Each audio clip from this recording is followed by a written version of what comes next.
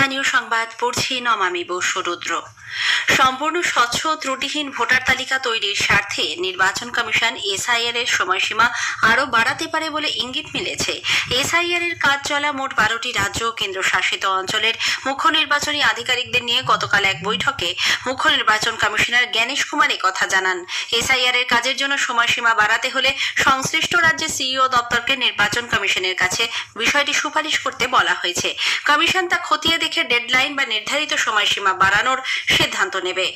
এদিকে কমিশন খসড়া ভোটার তালিকায় যাতে যোগ্য ভোটারদের নাম থাকে তা সুনিশ্চিত করার লক্ষ্যে 11ই ডিসেম্বর ইনিউমারেশন পর্ব শেষ হওয়ার আগে সংশ্লিষ্ট পোলিং বুথে বিএলওদের বৈঠক করার নির্দেশ দিয়েছে। ওই বৈঠকে বুথ লেভেল এজেন্টদের উপস্থিতি বাধ্যতামূলক। অন্যদিকে খসড়া ভোটার তালিকায় প্রকৃত অর্থে কত ভোটদাতা মৃত হিসেবে তালিকাভুক্ত হওয়া উচিত তা নিশ্চিত করতে বিভিন্ন সরকারি ও আধা সরকারি উৎস থেকে তথ্য মিলিয়ে দেখা বাধ্যতামূলক বলেও নির্বাচন কমিশন জানিয়েছে। একই সঙ্গে রাজ্যে এসআইআর প্রক্রিয়া চলাকালীন যে সমস্ত বিএলওর মৃত্যু হয়েছে তাদের ক্ষতিপূরণ দেওয়ার কথা বিবেচনা করছে নির্বাচন কমিশন। ময়নাতদন্তের রিপোর্ট পাওয়ার পর বিষয়টি খতিয়ে দেখে ক্ষতিপূরণের প্রক্রিয়া শুরু করা হতে পারে। বিরোধী দলনেতা শুভেন্দু অধিকারী পুরুলিয়ায় বলেছেন, মোদী সরকার রাজ্যকে মনমোহন সিং এর সরকারের তুলনায় অনেক বেশি অর্থ বরাদ্দ করেছে। মোদী সরকার রাজ্যকে 8 লক্ষ কোটি টাকা দিয়েছে, অন্যদিকে মনমোহন সিং এর সরকার রাজ্যকে দিয়েছিল 2 লক্ষ কোটি টাকা। ইন্দিরা আবাস যোজনায় সেই সময় দেওয়া হয়েছিল 4,664 কোটি টাকা। মুর্শিদাবাদে বেলডাঙ্গায় তৃণমূল কংগ্রেসের বহিষ্কৃত বিধায়ক হুমায়ুন কবিরের প্রস্তাবিত মসজিদের শিলান্যাসকে কেন্দ্র করে আজ ওই এলাকায় যাতে কোনো রকম অশান্তি ছড়াতে না পারে কলকাতা হাইকোর্ট তা নিশ্চিত করতে প্রশাসনকে নির্দেশ দিয়েছে। রাজ্যপাল ডক্টর সিভি আনন্দ বোস প্রস্তাবিত মসজিদের ভিত্তিপ্রস্তর স্থাপনকে কেন্দ্র করে কোনো রকম উস্কানিমূলক মন্তব্য বা গুজবে বিভ্রান্ত না হওয়ার পরামর্শ দিয়েছেন রাজ্যবাসীকে। এছাড়া লোকভবনকে অ্যাক্সেস পয়েন্ট সেল অবিলম্বে গঠন করে তা 24 ঘন্টা কার্যকর রাখারও নির্দেশ দিয়েছেন রাজ্যপাল। এদিকে রাজ্য সরকার যে কোনো রকম অপ্রীতিকর ঘটনা রোধে উপযুক্ত ব্যবস্থা গ্রহণের জন্য পুলিশকে বলেছে।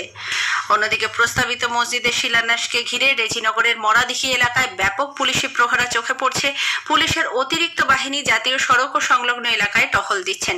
জেলার বিভিন্ন গুরুত্বপূর্ণ রেল স্টেশনে টহল দিচ্ছেন আরপিএফ জওয়ানরা। দুপুর 12টায় রয়েছে মূল শিলান্যাসের অনুষ্ঠান। এদিকে রেজিনগর থানা আজই বিধায়ক হুমায়ুন কবিরকে নোটিশ দিয়ে তলব করেছে, তবে তিনি এখনই যাচ্ছেন না বলে জানিয়ে দিয়েছেন। কলকাতায় এবার 5 লক্ষ কণ্ঠে গীতা পাঠের আয়োজন করা হচ্ছে। সনাতন সংস্কৃতি সংসদের উদ্যোগে ব্রিগেড প্যারেড গ্রাউন্ডে আগামীকাল সকাল 8টায় বেদ পাঠের মাধ্যমে এই অনুষ্ঠানের সূচনা হবে।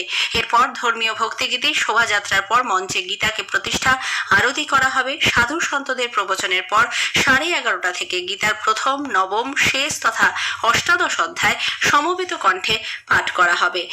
ইন্ডিগোর বহু সংখ্যক উড়ান বাতিলের প্রেক্ষিতে অতিরিক্ত যাত্রী ভিড় সামাল দিতে পূর্ব ও দক্ষিণ পূর্ব রেল বিশেষ ট্রেন চালানোর সিদ্ধান্ত নিয়েছে।